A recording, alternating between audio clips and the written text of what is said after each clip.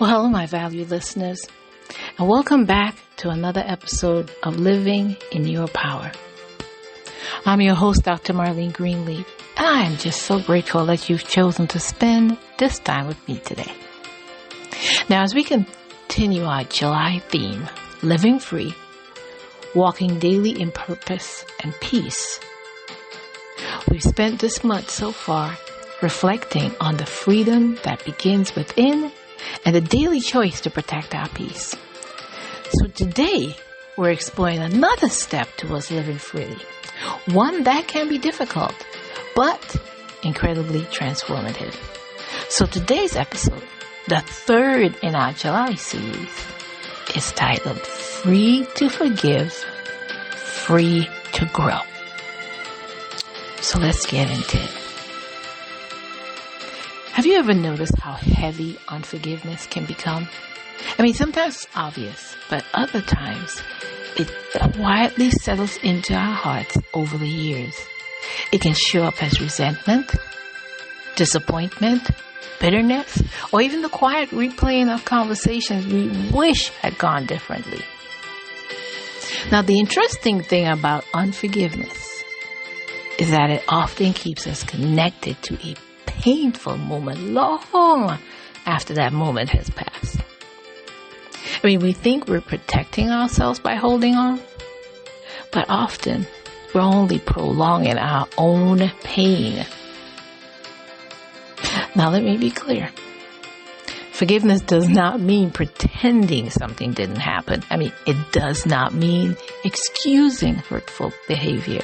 And it certainly does not mean allowing unhealthy patterns to continue. Forgiveness is something much deeper. It's choosing not to allow yesterday's hurt to control today's peace. Now, Ephesians 4:31 through 32, the King James Version says, "Let all bitterness and wrath and anger and clamor and evil speaking be put away from you with all malice. And be ye kind one to another, tender-hearted, forgiving one another, even as God, for Christ's sake, hath forgiven you." Now, what stands out to me in this passage is that we're first invited to put something away. That's bitterness, anger, malice. Only then can forgiveness begin to take root. And that's because forgiveness creates space. Space for healing, space for compassion, space for peace.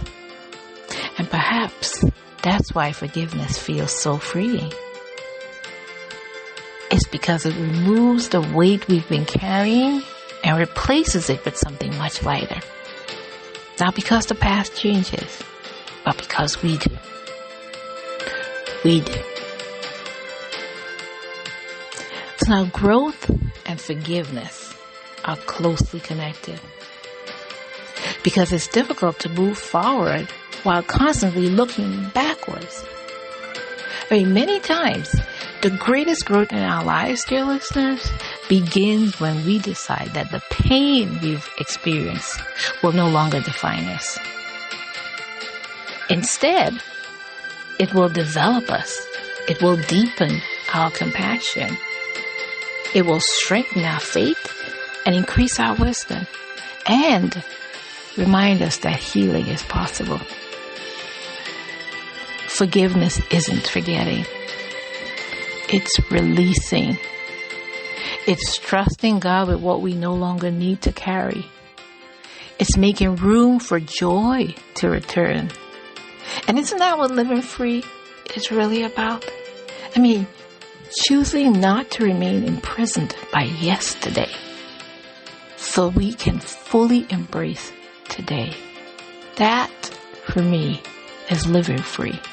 What about you? Tell me, what do you consider is living free? Now, let's return to these words. It says, be ye kind one to another, tender-hearted, forgiving one another. Forgiveness begins with the heart. And sometimes the first person we need to forgive is ourselves. So I want you to take a few moments this week and reflect on these. I want you to ask yourself these questions. Write them down. Journal them. And get your response. Is there someone I need to forgive? Is there something I need to release? Have I extended the same grace to myself that I so freely offer others? And what might become possible if I laid this burden down? So I will repeat those prompts for you again. I want you to reflect on these. Ask yourself, is there someone I need to forgive? Is there something I need to release? Have I extended the same grace to myself that I so freely offer others? And what might become possible if I laid this burden down? I want you to remember, forgiveness doesn't erase the past. It frees your future. So in closing today, I want you to remember again, like I said, freedom isn't only found in what we gain. Sometimes it's found in what we're willing to release. So as you move through this week, I encourage you to ask yourself, what am I still carrying that God never intended for me to hold? You don't have to carry resentment. You don't have to carry bitterness. You don't even have to carry regret. Why? Because there is freedom in forgiveness. And in that freedom, there's room to grow. I'm going to leave you with this today. So I want to thank you for joining me for episode 3 of our July series, Living Free, Walking Daily in Purpose and Peace.